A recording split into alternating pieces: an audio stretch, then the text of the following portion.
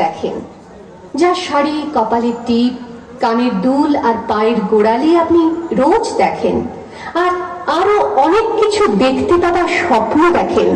স্বপ্নে যাকে ইচ্ছে মতন দেখেন, আমি সেই মেয়ে। বিহারের প্রত্যন্ত গ্রামে দিনের আলোয় যার ছায়া মারানো আপনার ধর্মে নিষিদ্ধ, আর রাতের গভীরে যাকে বস্তি থেকে তুলে আনতে পাইক বরকন্দাজ পাঠান আপনি, আর সুসজ্জিত বিছানায় যার জন্য অপেক্ষায় অধীর হয় আপনার রাজকীয় লাম্পট্য, আমি সেই মেয়ে। আমি সেই মেয়ে। আসামের চা বাগানের ঝুপড়ি কামিন বস্তি থেকে যাকে আপনি নিয়ে যেতে চান সাহেবী বাংলোয় মধ্যরাতে, ফায়ার প্লেসের ঝলসে ওঠা আলোয় মোদির চোখে দেখতে চান যার অনাবৃত শরীর, আমি সেই মেয়ে। রাজস্থানের শুকনো উঠোন থেকে পিপাসার জল আনতে যাকে আপনি পাঠিয়ে দেন 10 মাইল দূরের সরকারি ইদারায়, আর 20 মাইল হেঁটে ক্লান্ত বিধ্বস্ত যে রমণী ঘরা কাখে ঘরে ফিরলেই যাকে বসিয়ে দেন চুলার আগুনের সামনে আপনার রুটি বানাতে, আমি সেই মেয়ে।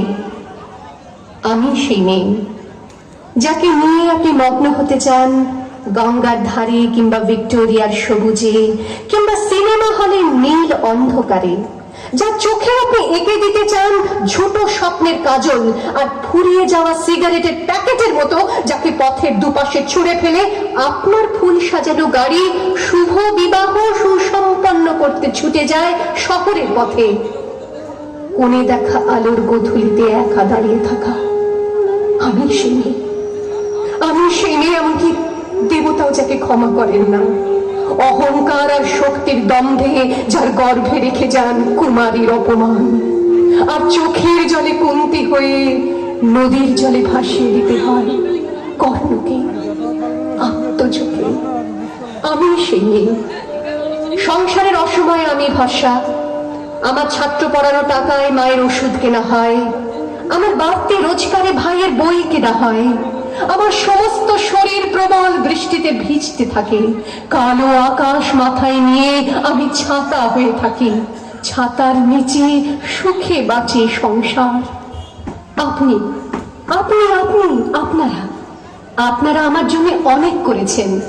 সাহিত্যে, কাব্যে, শাস্ত্রে, লোকাচারে আমাকে মা বলে পুজো করেছেন, প্রকৃতি বলে আদিক্ষেতা করেছেন, আবার শহরগঞ্জের কানাগুলিতে ঠোঁটে রং মাখিয়ে কুপির হাতে দাঁড় করিয়েও দিয়েছেন। হ্যাঁ, আমি সেই মেয়ে। একদিন হয়তো অন্য কোনো একদিন আমার সমস্ত মিথ্যে পোশাক ছুঁড়ে ফেলে দিয়ে আমি হয়ে উঠবো সেই অসামান্য। খোলা চুল, মেঘের মতো থাকবে আমার খোলা পিঠ, দু চোখে জ্বলবে ভীষণ আগুন, কপাল ঠিকরে বেরোবে ভয়ঙ্কর তেজরশ্মি, হাতে ঝলসে উঠবে সেই খড়গ, দু পায়ের উপরে বেজে উঠবে রণদুন্দুভি, নৃশংস অট্টহাসিতে ভরে উঠবে আকাশ। দেবতারাও আতঙ্কে স্তব্ধ হয়ে বলতে থাকবে,